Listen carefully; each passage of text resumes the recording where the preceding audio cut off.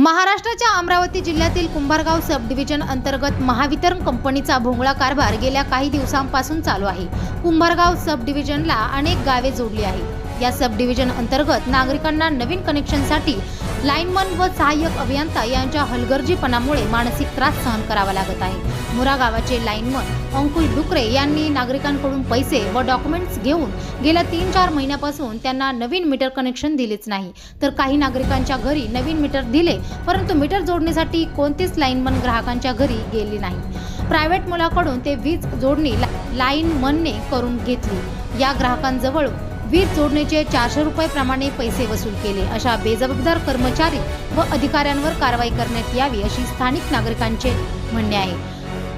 आणि ज्या नागरिकांनी मीटर कनेक्शनसाठी ऑनलाईन अर्ज केले त्यांना सुद्धा 2 महिन्यापासून नवीन कनेक्शन दिले नाही। या सब डिव्हिजनच्या कर्मचाऱ्यांपासून नागरिकांना मानसिक त्रास सहन करावा लागत आहे। या कर्मचाऱ्यांस चौकशी करून योग्य ती कारवाई करण्यात यावी।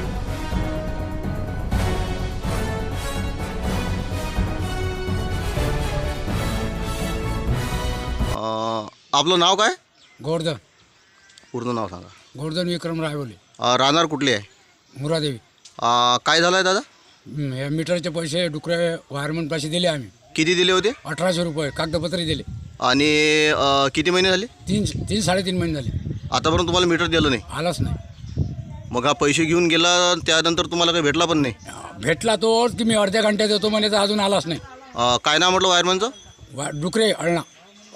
डुकरे वायरमन, बरोबर। याची समजा तुम्ही काही वरिष्ठ अधिकाऱ्याला काही तक्रार वगैरे केली होती? केलीच नाही।